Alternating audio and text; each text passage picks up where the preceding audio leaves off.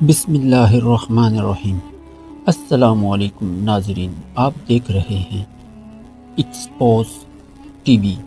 آج ہم بات کریں گے امام جعفر صادق رضی اللہ تعالی عنہ اور سائنسی انقلاب سیریز کی ایپیسوڈ 3، سائنس بنظر امام جعفر صادق رضی اللہ تعالی عنہ۔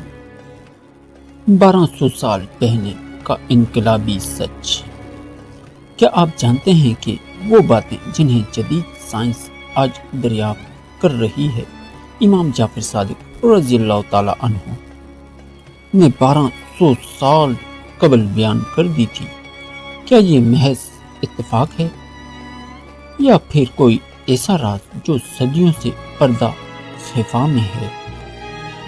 آئیے آج اس وقت کا پردہ چاک کرتے ہیں جب سائنس، عقل اور عرفان امام کے قدموں میں بیٹھ کر سبق سیکھا کرتے تھے۔ علم کی تعریف۔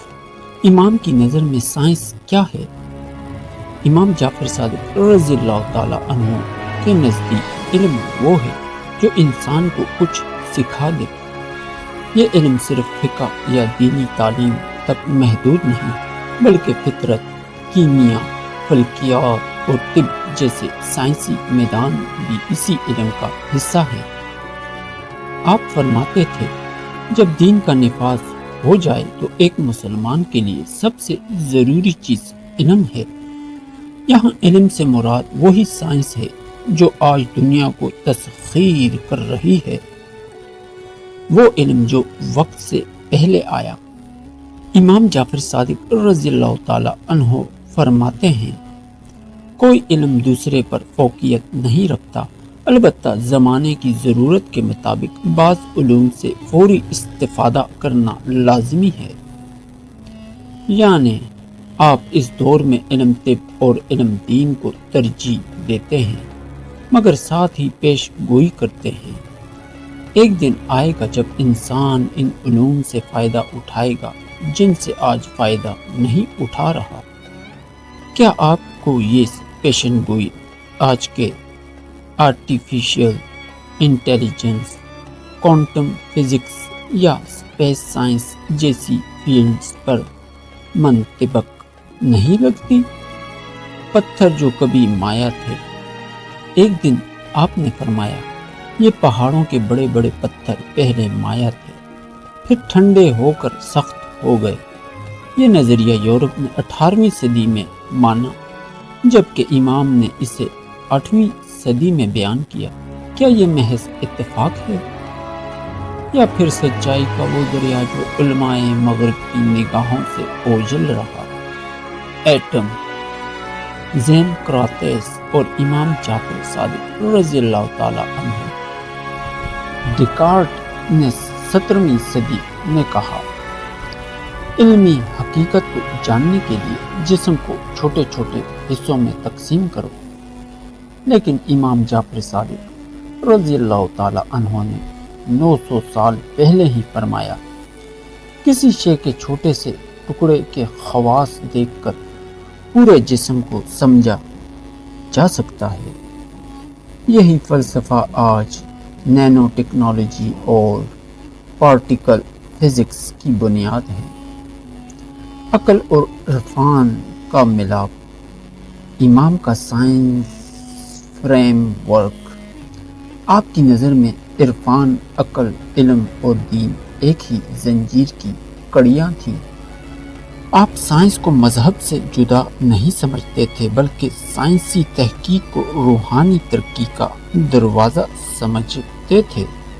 آپ فرماتے ہیں، علم کا سیکھنا تکلیف دہ عمل ہے، اسی لیے انسان سستی کی بنا پر اس سے دور بھاگتا ہے۔ یہ انسان کی نفسیات پر گہری گرفت کی نشانی ہے۔ بنی نوع انسان اور وقت کا ضیاع۔ آپ ایک فرضی مثال دیتے ہیں، اگر انسان نے دنیا میں 10,000 سال گزارے ہیں تو صرف 100 سال علم کو دیے ہیں۔ یہ تنقید آج بھی اتنی ہی تلخ اور سچ ہے جتنی اس وقت تھی۔ انسان نے ہزاروں سال کے بعد سائنسی ترقی کی طرف توجہ دی اور پھر بھی زیادہ تر علوم سے بے خبر رہا۔ سوالات جو چونکا دیتے ہیں۔ امام سے پوچھا گیا، دانائے مطلب کون ہے اور کب انسان کو لگتا ہے کہ وہ سب کچھ سیکھ چکا ہے؟ جواب میں امام فرماتے ہیں، خدا کے سوا کوئی دانائے مطلب نہیں۔ انسان تمام علوم سیکھ ہی نہیں سکتا، چاہے ہزاروں سال جی لے۔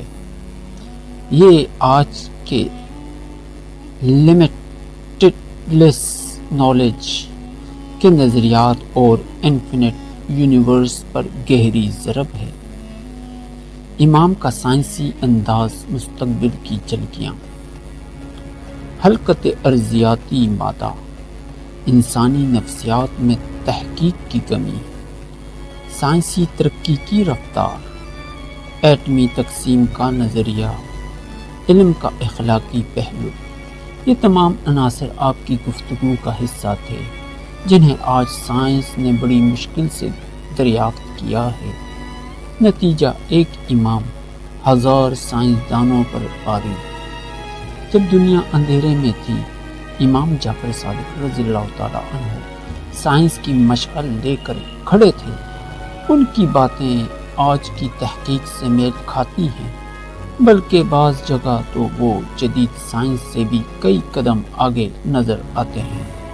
تو سوال یہ ہے، کیا ہم صرف مغرب کی سائنسی ترقی کو سلام کریں یا ان علمی اماموں کو بھی پہچانیں جنہوں نے صدیوں پہلے ہمیں سائنس کا نقشہ تھما دیا تھا؟